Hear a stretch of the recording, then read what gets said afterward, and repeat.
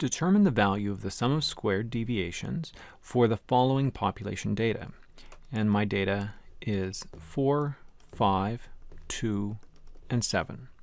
And my formula for the sum of squares, in this case I'm just going to do the definitional formula. So this is the sum of x minus, now here's the part where I need to be careful, this is population, so I'm going to write in the population mean. And what do I need to do to get that? My population mean is the sum of x over n, big N.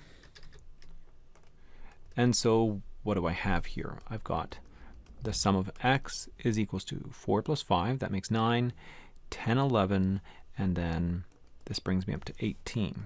So I've got 18 divided by 4. 18 divided by 4 is 4.5.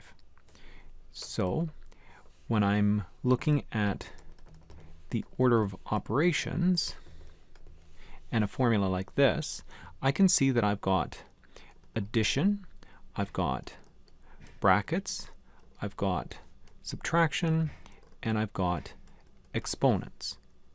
I'm going to do the subtraction, even though it's supposed to come at the end, I'm going to do the subtraction first because it's inside of my brackets.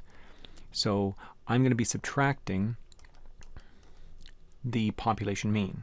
So 4 minus 4.5 is negative 0.5.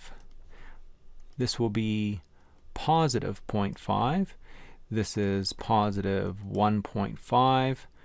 And, oops, no, sorry, I'm doing these wrong.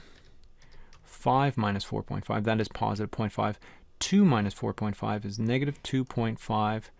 And 7 minus 4.5 is positive 2.5.